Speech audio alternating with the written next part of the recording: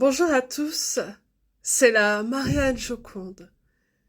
Je voulais vous parler de ma sœur siamoise, Isabelle Alix. Alors peut-être que vous verrez mon support à l'envers, mais c'est un petit peu le système qui est à l'envers, surtout quand on est neuroatypique, où on doit toujours se battre pour se faire entendre et se faire comprendre. Même avec la meilleure des façons, on nous laisse en peine, on nous laisse toujours galérer. Et donc, ce que nous signalons, ou ce que nous défendons, ce que nous vivons au quotidien, peut servir énormément de personnes avec ou sans difficulté. Nous sommes des neuroatypiques, c'est-à-dire que nous avons un fonctionnement différent. Souvent pour nous, on doit mettre plus de temps pour apprendre.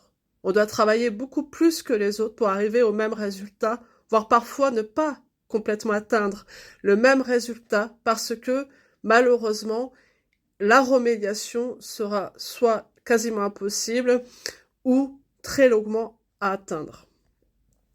Et donc, Isabelle nous a parlé aussi de son parcours avec les administrations.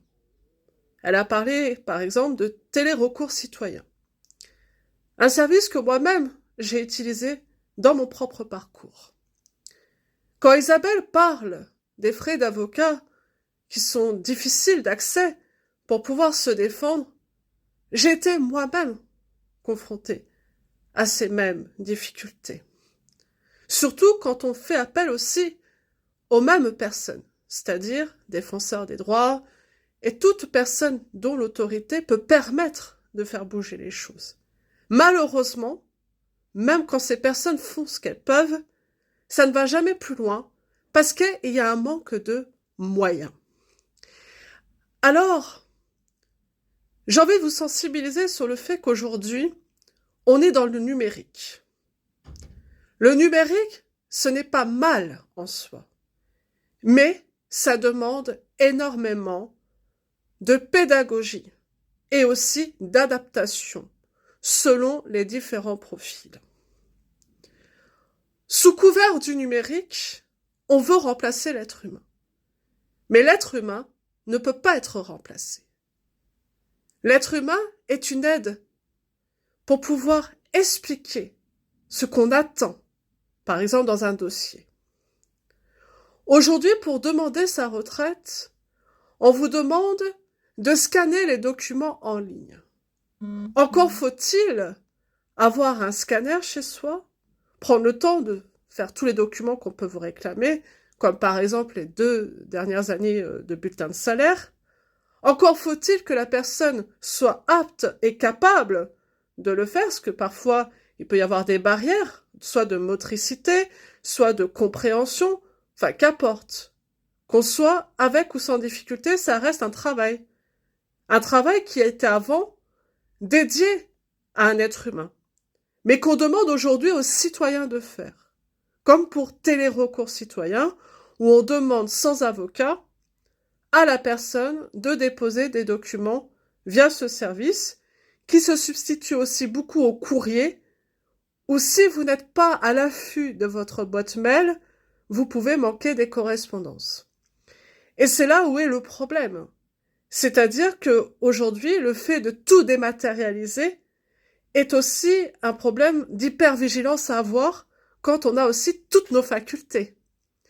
Donc si vous avez un problème dysexécutif, c'est-à-dire de programmer, planifier, si vous avez un problème pour pouvoir mettre des priorités, si vous avez un problème de mémoire de travail, tout cela, ce n'est pas si simple pour tout le monde.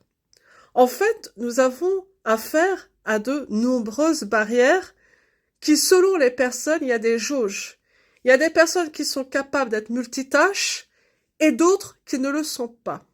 Et c'est une réalité à prendre en compte dans les démarches administratives qui sont déjà complexes, même pour quelqu'un qui n'aurait pas de difficulté, qui serait hyper intelligent. Mais nous savons aussi que c'est pas qu'une question d'intelligence, c'est que parfois même, dans la lourdeur de l'administration, il y a des choses bêtes qui pourrait être simple, tout simplement. Mais on ne demande pas à un panel de personnes avec divers profils leur avis pour savoir est-ce que ça fonctionne ou est-ce que ça ne fonctionne pas. On revient encore à l'histoire des moyens, c'est-à-dire de l'argent. Est-ce qu'on veut investir dans l'accompagnement aux personnes? Oui ou non? Et puis, les dépistages, c'est aussi un problème. Quand vous êtes enfant, pour dépister des choses, c'est déjà très compliqué. C'est même coûteux pour les familles quand elles veulent aller plus vite pour pouvoir faire des prises en charge et voir les équipes pluridisciplinaires adaptées. Les CMP, les CMPP sont overbookés. Il n'y a pas d'orthophonistes quasiment. Des listes d'attente énormes. Alors imaginez, quand vous êtes adulte et que vous rencontrez ces mêmes difficultés qui sont souvent non diagnostiquées, comment vous faites pour faire reconnaître ces difficultés et surtout y mettre des mots et y mettre des compensations? Et puis vous avez aussi la maladie d'Alzheimer. Pourquoi je vous parle de la maladie d'Alzheimer? Parce qu'il y a plusieurs stades. Et selon le stade où vous arrivez, la personne, en fait, même si elle a une aide à domicile avec elle, il faut quelqu'un pour l'aider à faire ses démarches administratives puisqu'elle n'est pas capable de le faire elle-même. Et donc, souvent, ces personnes-là, pour les aider à conserver encore une mémoire, on leur demande d'aller voir une orthophoniste. Ah, bah mince alors, il n'y en a déjà pas pour les enfants, il n'y en a déjà pas pour les adultes, et encore moins pour les personnes âgées. Parce que pour les personnes âgées, qu'est-ce qu'on va leur dire? Vous n'êtes pas prioritaire. On a avant vous des personnes plus jeunes. Et ça s'appelle un peu la discrimination. C'est-à-dire ne pas avoir accès à des soins alors que vous en avez besoin.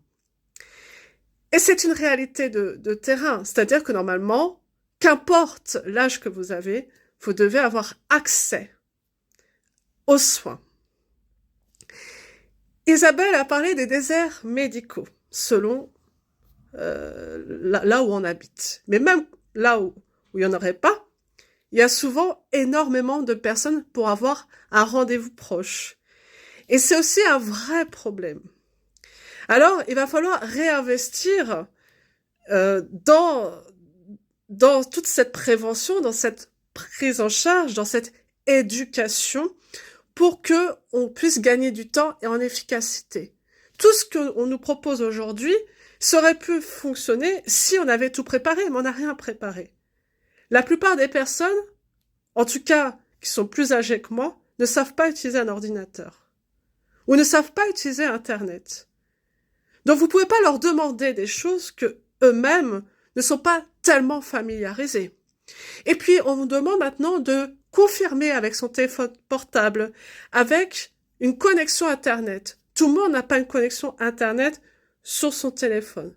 En fait, on fait en sorte aussi de vous faire payer davantage des services avant que vous ne payiez pas. Donc, sous couvert de la sécurité, on vous rajoute des charges que vous n'aviez pas avant, encore à la charge du citoyen. Tout ça pour ne pas embaucher du personnel qui serait là pour veiller au bon fonctionnement de vos demandes. Alors, c'est là où est ma question. C'est qu'est-ce qu'il faut faire? Qu'est-ce qu'il faut faire? À part parler dans le vent, je ne vois pas. Moi, je ne veux pas parler dans le vent. Je veux qu'il y ait des actions qui soient mises en place. Dans la prévention, mais aussi dans les prises en charge, parce que là, on va parler aussi de France Travail. France Travail, comme l'a dit Isabelle, où les personnes ne sont pas formées pour pouvoir accompagner les personnes. Et même à Cap Emploi, c'est la même chose. Je suis moi-même concernée par ce que dit Isabelle. Alors, main dans la main, j'invite toutes les personnes qui pourraient témoigner de ces parcours de combattants à le faire et peut-être qu'on finira par se faire entendre que c'est une aberration. Une aberration. Je vous souhaite une très belle journée. À très bientôt. C'était la Marianne Joconde.